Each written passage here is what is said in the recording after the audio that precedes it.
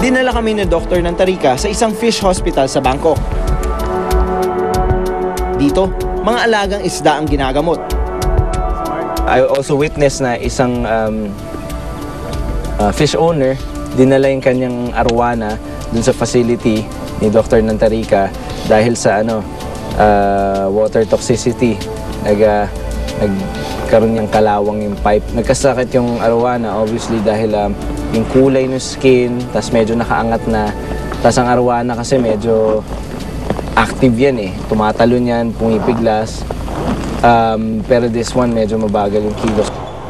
Sa Thailand, nilalagyan ng microchip ang mga isda mula sa mga breeding farm.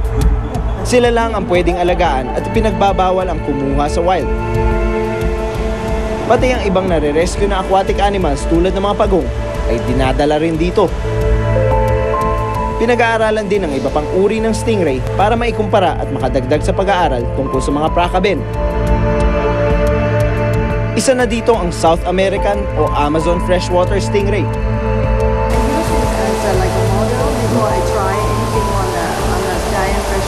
Okay, alright. Their anatomy is close. Very close anatomy. Isa dun sa mga stingrays na meron sila sa facility nila was yung freshwater Amazon stingray, which is kung anatomy lang ang pag-uusapan. Itong klaseng stingray na to is the closest when it comes to anatomy to the giant stingray. And a little bit of the behavior also. So sa pag-aaral nila dito sa stingray na to, dito sa Amazon stingray na to, nakukuha nila yung mga bagay na hopefully makakatulong sa pag-aaral sa giant stingray.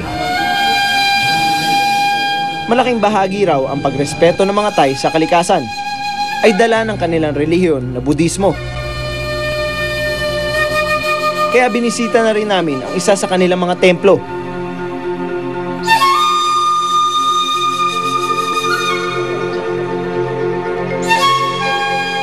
Sa mga pader makikita ang naging buhay at paniniwala ni Buddha na siyang nagtuturo sa kanilang mamuhay na kaisa ang kalikasan. Yung simoy ng hangin, yung gentle breeze, nadidinig mo yung mga ibon sa labas. Napaka-calm, may calming effect itong lugar.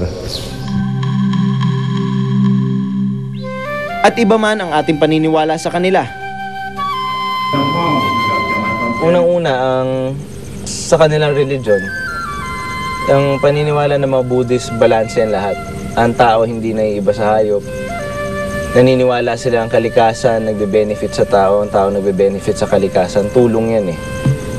So, kumbaga, that being said, I mean, hindi nila pwedeng abusuhin ang kalikasan kasi posible sila ang balikan ng kalikasan pag nangyari yun.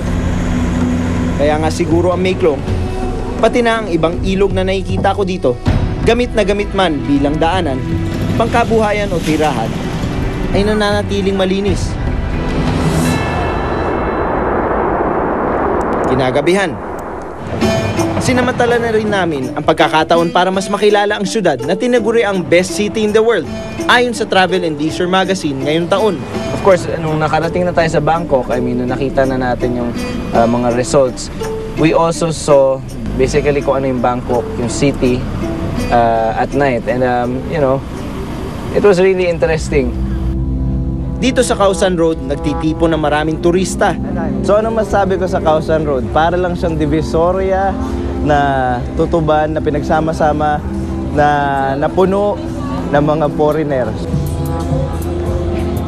Ang Thailand ay pang-18 sa may pinakamaraming turista sa buong mundo.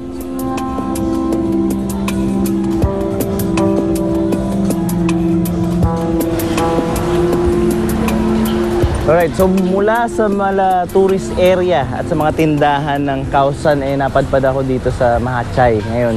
Kung doon shopping, dito naman tabi-tabi yung mga kainan.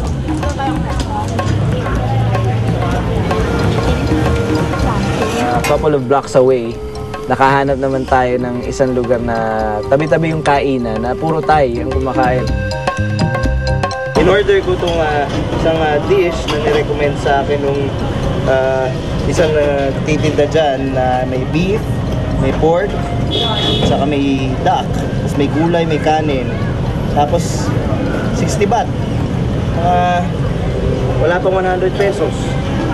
And yun, natikman natin yung mga local street food nila. Sobrang sarap, as in talagang dami ko nakain. And also, natikman ko yung isa sa paborito ng mga Thai na sa sobrang paborito nila meron talagang naglilibot. Akala mo chichakorn yung binibenta. Mga fried bugs. Siguro kung makukumpara ko yun, yung mga Kapampangan, kasi sa Kapampangan may mga ganun may ganung klaseng cuisine Subukan natin.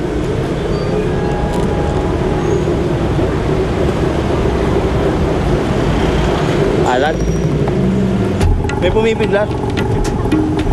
Kakaiba man kung maituturing ang pagkain ng mga insekto na maski sa atin ay ginagawa, may mga nagsasabing ang pagkain ng mga insekto na mabilis magparami ay isa sa mga pinakamainam o sustainable na paraan ng pagkain.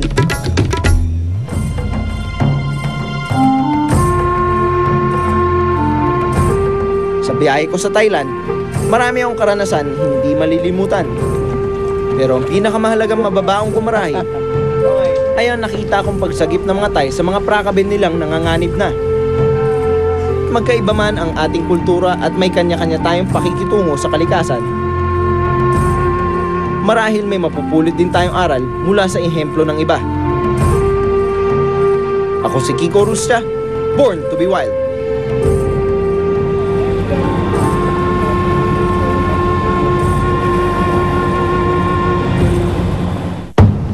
The Penguins was 10 minutes walk from my hotel, right? So of course I went there every afternoon to shoot the penguins.